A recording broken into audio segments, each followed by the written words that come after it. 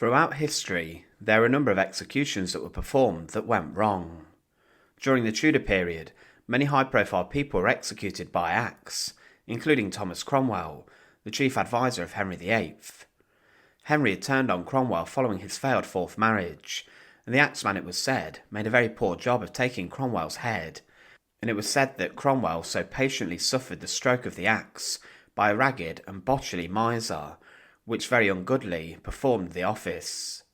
Further problems emerged in the year after, as Margaret Pole, the Countess of Salisbury, inside the walls of the Tower of London, was executed by an inexperienced executioner who allegedly took 11 swings of the axe at the elderly lady's neck to administer the bloody justice of Henry VIII's land. However, even in more recent times, there have been problems with executions that have been administered, and one man whose execution did not go very well was William Kemmler, who was the first man to be executed using the electric chair. But it was botched. Join us today as we look at this, and remember as always to support our channel, please make sure to subscribe. William Francis Kemmler was born in Philadelphia in 1860, and his parents had come from Germany to settle in America, but they were both alcoholics. William did not get on at school, and at the age of 10 he left school and could not read or write, and after this he then began to work in a butcher's shop owned by his father. His father died following a drunken brawl, and his mother then died from issues caused by her alcoholism, and with this he was left without any parents. After this he worked selling goods often door to door, and he then raised enough money to buy a horse and cart. But then he fell into the same problems and issues that his parents suffered from, having issues with alcohol, and he often went on drunken binges with his friends. During one of these he was dared by his friends to jump with his horse and cart over a fence which was 8 feet tall, and this failed, destroying his cart and all the goods he was carrying. He was simply a bit of a fool, and was known as Philadelphia Billy, and he would frequent many of the pubs and bars in the local Buffalo area. However, William Kemmler would then delve into deeper crime, and he would be accused of being involved in the murder of Matilda Ziegler, his common-law wife. She had been brutally killed with a hatchet or an axe. The New York Times reported the murder saying, William Kemmler was a vegetable peddler in the slums of Buffalo, New York.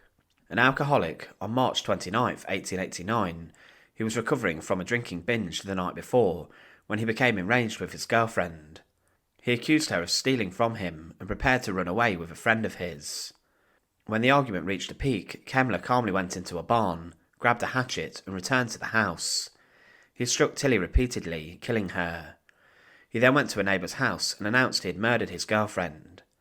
It was also said that Kemmler's resulting murder trial proceeded quickly. He was convicted of first-degree murder on May the 10th. 3 days later he was sentenced to death, destined to be the first person executed in an electric chair under New York's new execution law, replacing hanging with electrocution. A chair was ready at the Auburn State Prison. However, the leading developers of electrical power, including George Westinghouse, did not want to see their new product used in this manner. A lawyer filed an appeal claiming the electric chair violated the Eighth Amendment's prohibition of cruel and unusual punishment. New York had brought in death by electrocution following the developments of the technology, and William Kemmler was the first man who was sentenced to death in this way.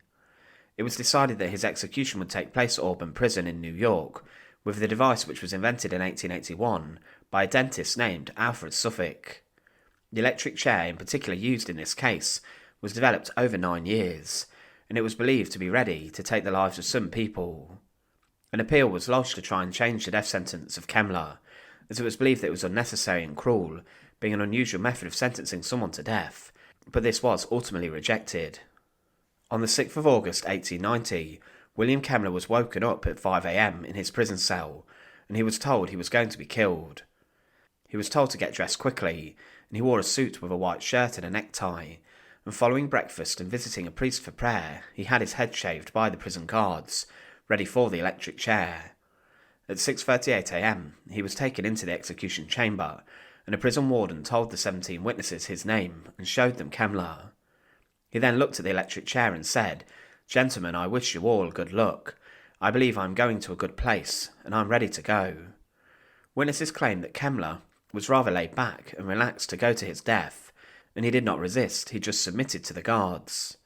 He then sat on the electric chair, but was then told to stand by the warden, so a hole in his suit could be cut, so a second electrical lead could be attached to him. and then he sat down and was strapped to the chair. His face was covered and a metal restraint was placed on his head. He said, "Take it easy and do it properly, I'm in no hurry." Then the executioner bid him farewell and ordered the switch to be turned on. The electrical generator, which was charged to 1,000 volts, was believed to be enough to knock out Kemmler and then stop his heart, and it had been tested the day before. The current passed through Kemmler for 17 seconds, then Kemmler was declared dead by a physician, but witnesses then saw that he was still breathing, and the doctors then went in to examine him further, and they stated he was still alive.